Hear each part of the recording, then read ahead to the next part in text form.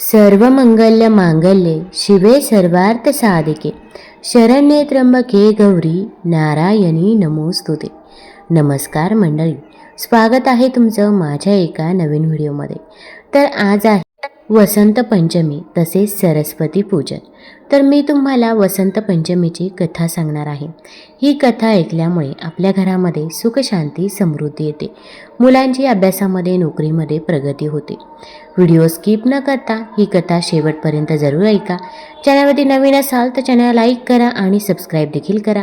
कमेंटमध्ये ओम महालक्ष्मी नमः किंवा ओम सरस्वती नमः लिहायला विसरू नका, जेणेकरून आपल्याला देखील माता लक्ष्मीचा आशीर्वाद हा प्राप्त होईल. अशी मान्यता आहे की सृष्टी रचयिता ब्रह्माने जेव्हा जीव आणि मनुष्यांची रचना केली होती, तेव्हा ब्रह्माने आपल्या संसाराकडे बघितले. तेव्हा त्यांना सगळीकडे निर्जन असल्याचे जाणवत होते. वातावरण अगदी शांत होतं, ज्यात कुठलीही वाणी नव्हती. हे बघून ब्रह्मा उदास आणि असंतुष्ट होते. तेव्हा ब्रह्माने प्रभू विष्णूंच्या आज्ञेने आपल्या कमंडळातून पाणी घेऊन पृथ्वीवर शिंपडले. धरतीवर पडलेल्या त्या पाण्यामुळे पृथ्वीवर कंपन झाले आणि एक अद्भुत शक्तीच्या रूपात चतुर्भुजी अर्थात चार भुजा असलेली एक सुंदर स्त्री प्रकट झाली. त्या देवीच्या एका हातात वीणा, दुसऱ्या हात वरमुद्रेत आणि इतर दोन हातात पुस्तकं आणि माळ होती. ब्रह्माने त्या स्त्रीला वीणा वाजवण्याचा आग्रह केला. तेव्हा वीणाच्या सुरामुळे पृथ्वीवरील सर्व जीवजंतूंना वाणी प्राप्त झाली. त्या क्षणानंतर देवीला सरस्वती असे म्हटले गेले. त्या देवीने वाणीसह विद्या आणि बुद्धी दिली. वसंत पंचमी देवी सरस्वतीच्या जन्मोत्सवाच्या रूपात देखील साजरी केली जाते. या देवीला बागेश्वरी, भगवती, शारदा, वीणावादनी आणि वाग्देवी यासह अनेक नावे आहेत. संगीताची उत्पत्ती केल्यामुळे तिला संगीताची देवी म्हणून देखील पूजलं जातं. यामागील एक पौराणिक कथा ही देखील आहे की सर्वप्रथम श्रीकृष्ण आणि ब्रह्माने याच दिवशी देवी सरस्वतीची पूजा केली होती. देवी सरस्वतीने जेव्हा कृष्णाला बघितलं, तेव्हा देवी त्यांचं रूप बघून मोहित झाली आणि कृष्णाला पती रूपात प्राप्त करू इच्छित होते. ही गोष्ट कृष्णाला कळल्यावर त्याने स्वतःला राधाप्रती समर्पित असल्याचे सांगितले. परंतु सरस्वतीला प्रसन्न करण्यासाठी कृष्णाने देवीला वरदान दिले की विद्या इच्छुक माघ महिन्यातील पंचमीला आपले पूजन करते. हे वरदान दिल्यानंतर सर्वप्रथम कृष्णाने देवीची पूजा केली. तेव्हापासून वसंत पंचमीला सरस्वती पूजनाची परंपरा सुरू झाली. ही एका गावाची कहाणी आहे, जिथे मातीचा सुगंध हवेत राहतो आणि सूर्याची किरणे दररोज सकाळी नवीन आशा घेऊन येत असत. पण कधी कधी या किरणांसोबत एखाद्यावर खोल निराशा येते. आपली कहाणी त्या निराशेबद्दल आणि नंतर अमर्याद श्रद्धेतून जन्मलेल्या अद्भुत आशेबद्दल आहे. गावाला सरस्वतीपूर असे म्हणतात. नावानेच पवित्रता आणि ज्ञान निर्माण केले. पण या गावात एक आई यशोदा देवी होती. तिचे जीवन सरस्वतीपूरच्या नावाच्या अगदी विरुद्ध होते. जणू काही मंदिराच्या अंगणात अंधार पसरला होता. यशोदा एक साधी सरळ स्त्री होती, जिचे आयुष्य दुःखाने भरलेले होते.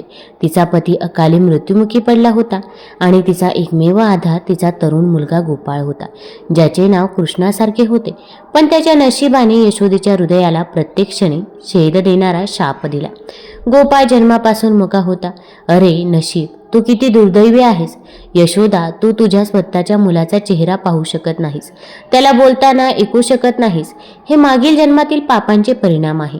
किती दुर्दैव, केवळ पतीच नाही तर इतका मूक मुलगा. देवाने या मुलाला कधी जन्म दिला हे कोणाला माहीत आहे. ज्या गावातील स्त्रिया ज्यांचे आयुष्य इतरांच्या सुखदुःखावर भाष्य करण्यात घालवले होते, त्यांनी अनेकदा यशोदेला अशा टोमण्या मारल्या. हे शब्द तिच्या हृदयाला बाणांसारखे टोचत होते. प्रत्येक चाव्याने तिच्या डोळ्यांतून अश्रू वाहत होते. तिला आश्चर्य वाटले, मी खरोखरच इतकी पापी आहे का? माझा गोपाळ दोषी नाही का? तो अजूनही भोळा आहे. मग त्याला हा मूर्खपणा का सहन करावा लागला? गोपाळ, हो गोपाळ, त्याचा सुंदर शांत चेहरा, त्याचे मोठे काळे डोळे अनेकदा प्रश्नचिन्हाने भरलेले. गावातील महिलांच्या कठोर शब्दांनी आई रडत असताना तो त्याच्या आईकडे पाहत असे. बोलू न शकणारा छोटा गोपाळ आपल्या आईच्या मांडीवर तोंड लपवत असे आणि तिच्या लहान ओठांनी तिचे अश्रू पुसण्याचा प्रयत्न करत असे. आई हा एकमेव शब्द यशोदा तिच्या मुलाकडून ऐकायला उत्सुक होती. पण गोपाळ फक्त हावभावांद्वारे त्याच्या भावना व्यक्त करत असे. त्याचे डोळे, त्याचा स्थिर स्पर्श हे असे शब्द होते जे यशोदेच्या हृदयाच्या खोलवर पोहोचले. यशोदेसाठी गोपाळ फक्त एक मुलगा नव्हता, तो तिचा जीव होता. तिचा प्रत्येक श्वास गोपाळसाठी होता. तिने गोपाळच्या ओठांवर हजारो वेळा बोटे ठेवली होती. त्याच्या ओठांना किती वेळा जागी झाली असती. गोपाळच्या चेहऱ्याकडे पाहत, अरे देवा, फक्त एकदाच माझ्या गोपाळला त्याचा आवाज दे, मी सर्व काही सहन करेन. प्रत्येक टोमणा, प्रत्येक अपमान ती फक्त बोलली. गावातील कोणताही डॉक्टर, हकीम किंवा संत शिल्लक नव्हता ज्यांच्याकडे यशोदेने गोपाळला नेलं नाही. प्रत्येक दारावर ती तिच्या मुलासाठी भीक मागत असे, माझ्या मुलाला त्याचा आवाज दे. सर्वत्र तिला निराशाच मिळाली. लोक म्हणायचे, देवी ही नशिबाची इच्छा आहे, पण ते कोण बदलू शकते? यशोदेचे हृदय हार मानण्यास नकार देत असे. तिच्या प्रेमाचा सागर कधीही आटू शकत नव्हता. गोपाळ जसा मोठा होत गेला तसतसे यशोदेची चिंता वाढत गेली. ती गावातील इतर मुलांना खेळताना, बोलताना, हसताना आणि रडताना पाहत असे, पण गोपाळ एका कोपऱ्यात राहून स्वतःच्या मूर्ख जगात हरवून जात असे. कधी कधी तो त्यांना खेळताना पाहत असे. त्याच्या डोळ्यात एक विचित्र चमक येत असे, जणू काही तोही त्यांच्यात सामील होऊ इच्छित होता. पण असहाय्यतेच्या अडथळ्यांनी तिला रोखले. या सर्व गोष्टींमुळे यशोदेचे मन दुःखी झाले. ती कधीही तिच्या मुलाला दुःखी पाहू शकत नव्हती. माझा गोपाळ, माझ्या मुला, या जगात त्याचे दुःख समजणारे कोणीही नाही. मी त्याची आई आहे आणि मी त्याला या दुःखातून मुक्त केलं पाहिजे. यशोदेने तिच्या मनात दृढ निश्चय केला होता. गावात एक जुनी श्रद्धा होती. ते म्हणाले की वसंत पंचमी दिवशी विद्यादेवता सरस्वतीचे आशीर्वाद सर्वात प्रभावी असतात. जर एखादी आई खऱ्या आणि अढळ श्रद्धेने वसंत पंचमीला देवी सरस्वतीसाठी मौन उपवास करते, म्हणजेच ती त्या दिवशी कोणाशीही बोलत नाही, फक्त तिच्या मनात देवीचे स्मरण करते, तर तिच्या इच्छा निश्चितच पूर्ण होतात. हा उपवास खूप कठीण मानला जात असे, कारण तिला कोणत्याही परिस्थितीमध्ये संपूर्ण दिवस एकही शब्द उच्चारण्याची आवश्यकता नव्हती. गावातील काही वृद्ध महिलांनी यशोदेला या उपवासाबद्दल सांगितले होते. मुली, हे उपवास खूप कठीण आहे. तू एकटी आहेस. तुला गोपाळची ही काळजी घ्यावी लागेल. तू ते कसे करशील? एका सेवकाने चिंता व्यक्त केली. यशोदेने एक दीर्घ श्वास घेतला. काकू, मी माझ्या गोपाळसाठी अग्नीवर चालू शकते. हे फक्त एक मौन उपवास आहे. मी काहीही करेन. आणि मग तो दिवस आला, वसंत पंचमीचा पवित्र सण. सकाळच्या सूर्याच्या पहिल्या किरणांपूर्वी यशोदा जागी झाली. तिच्यातून एक अदृश्य शक्ती वाहत होती. गावातील मंदिर, जिथे सरस्वती देवीची मूर्ती होती, ती फुले आणि पिवळ्या कपड्यांनी सजवलेली होती. धूप आणि अगरबत्तीचा सुगंध वातावरणात भरून आला. वसंत ऋतूचा आनंद सर्वत्र होता. पण यशोदेच्या हृदयात एका गंभीर संकल्पाची शांती होती. तिने अंघोळ केली, पिवळी साडी नेसली, जणू काही तिने स्वतः देवी सरस्वतीचे रूप धारण केले आहे. गोपाळने सकाळी लवकर आईला तयार झालेले पाहून तिच्याकडे पाहिले. यशोदेने तिला आपल्या मिठीत घेतले. मी तिच्या कपाळाचे चुंबन घेतले. तिने तिच्या डोळ्यांनी समजावून सांगितले की ती आज बोलणार नाही. गोपाळ त्याच्या भोळ्या समजुतीने त्याच्या आईचे मौन स्वीकारत होता. त्याच्या लहानशा हृदयात एक नवीन आशा निर्माण झाली होती. त्याने तिच्या गालावर हात ठेवला आणि इशारा केला, आई, सर्व काही ठीक होईल. यशोदा फक्त हसली आणि मान हलवली. तिच्या डोळ्यात श्रद्धेची ज्वाला चमकली. मंदिरात प्रार्थना सुरू झाली. यशोदा मागच्या कोपऱ्यात बसली. तिने हात जोडून डोळे मिटले. गावकऱ्यांचे संभाषण तिच्या कानापर्यंत पोहोचले. अरे यशोदा आज मौन उपवास करत आहे. देवीला तिचे उपवास यशस्वी होते का ते पहावे आणि गोपाळचा आवाज ऐकू येईल. देवाचे अशक्य आदेश कोणी कसे बदलू शकते? पण यशोदेने कशाकडेही लक्ष दिले नाही. तिचे मन, तिचे हृदय सरस्वतीच्या चरणी लीन झाले होते. तिचे मौन फक्त तिच्या ओठांचे मौन नव्हते, ते तिच्या आत्म्याचे मौन होते. एक तपश्चर्या ज्यामध्ये तिने तिचे सर्व विचार, तिच्या सर्व इच्छा एकाच बिंदूवर केंद्रित केल्या होत्या. माझ्या गोपाळचा आवाज, हे आई सरस्वती, हे वीणावादक, माझ्या मुलाला बोलण्याची शक्ती दे. त्याचे बालपण अज्ञानाच्या अंधारात जाऊ नये. दिवस गेला. सूर्य आकाशात त्याचे पूर्ण तेज पसरवत होता. गावात वसंत पंचमीचे गाणे गुंजत होते. मुले पतंग उडवत होती. घरामध्ये पिवळ्या रंगाचे पदार्थ बनवले जात होते. पण मंदिराच्या कोपऱ्यात बसलेली यशोदा दगडाची मूर्ती बनली होती. तहानलेली होती पण पाणी पित नव्हती. भुकेली होती पण अन्नाचा एकही कण खात नव्हती. कधी कधी तिचे मन भटकत असे, हे खरोखर घडू शकते का? माझ्या या तपश्चर्येचे फळ मिळेल का? पण ती लगेच हे विचार दूर करत असे. नाही, श्रद्धा ही शक्ती आहे. माझी भक्ती हा माझा मार्ग आहे. गोपाळ दिवसभर त्याच्या आईसोबत राहिला. त्याला त्याच्या आईचे मौन व्रत समजले. त्यानेही त्या दिवशी तिला काहीही बोलण्याचा प्रयत्न केला नाही. तो फक्त तिच्या शेजारी बसला. त्याच्या लहान डोळ्यांनी त्याच्या आईच्या इच्छेचे बळ पाहत होता. यशोदेचे डोळे बंद झाल्यावर तो तिच्या गालावर हळुवारपणे हात मारत असे. यशोदेच्या पापण्या उघडल्या आणि ती त्याच्याकडे पाहून मंदपणे हसत असे. शब्दांपेक्षाही खोलवरची तिची मूक भाषा होती. संध्याकाळ होत होती. मंदिरात आरतीची वेळ झाली होती. शंका आणि घंटांचा गोड आवाज संपूर्ण गावाला भरून गेला. आरतीनंतर पांडूने प्रसाद वाटला. यशोदेने स्वीकार केला. तिने एकही शब्द उच्चारला नाही, पण तिच्या डोळ्यात कृतज्ञतेचे अश्रू होते. तिचा उपवास पूर्ण झाला. आता तिला फक्त देवीच्या आशीर्वादाची वाट पाहायची होती. दिवस गेले, आठवडे आणि महिने गेले. यशोदेने गोपाळला एका लहानशा गावातील शाळेत दाखल केले. तिच्याकडे पैसे नसले तरी तो बोलू शकत नसला तरी तो आयुष्यात पुढे जाऊ शकेल म्हणून तिने तिचा मुलगा पाठवण्याचा निर्धार केला. शाळेच्या पहिल्या दिवशी गोपाळ घाबरला होता. त्याने त्याच्या आईचा पल्लव धरला. यशोदेने त्याला सांत्वन दिले. बेटा, घाबरू नकोस. तुझी आई नेहमीच तुझ्यासोबत असते. तो हे शब्द बोलला नव्हता, पण गोपाळने त्याच्या आईच्या डोळ्यात ते वाचले होते. गोपाळ शाळेत जाऊ लागला. तो एक हुशार मुलगा होता. जरी तो बोलू शकत नव्हता तरी त्याची आकलन शक्ती अद्भुत होती. तो सर्व काही खूप लवकर शिकत असे.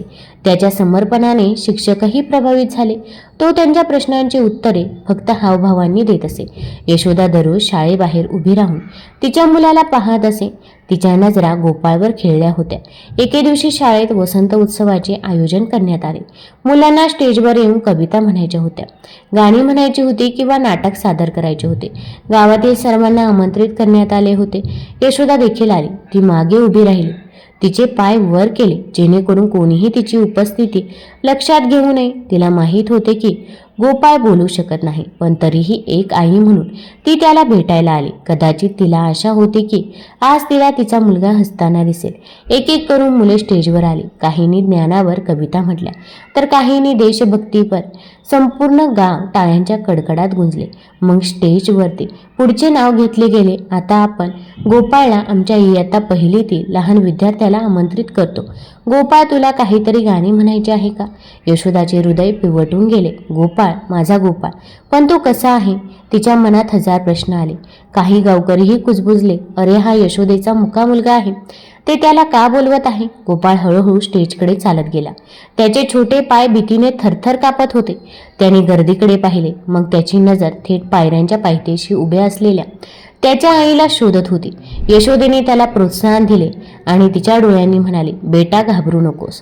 गोपाळ स्टेजवर उभा राहिला. गर्दीतील काही लोकांच्या कुजबुजांना वेग आला. हा कसला विनोद आहे? गोपाळ बोलूही शकत नाही. शाळेचे अधिकारीही त्यांच्या मूर्खपणाची चेष्टा करत आहे का? शिक्षिकेने गोपाळला विचारले, गोपाळ बेटा, तुला काहीतरी गाणी म्हणायचे आहे का?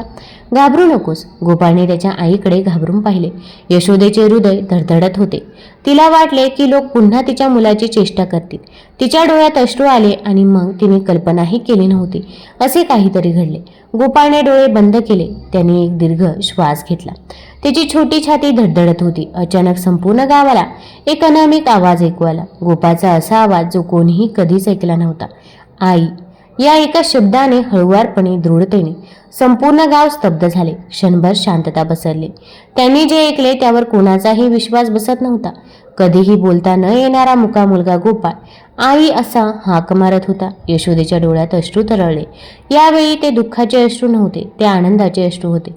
आनंदाचे, आश्चर्याचे आणि कृतज्ञतेचे अश्रू होते. ती स्टेजकडे धावली.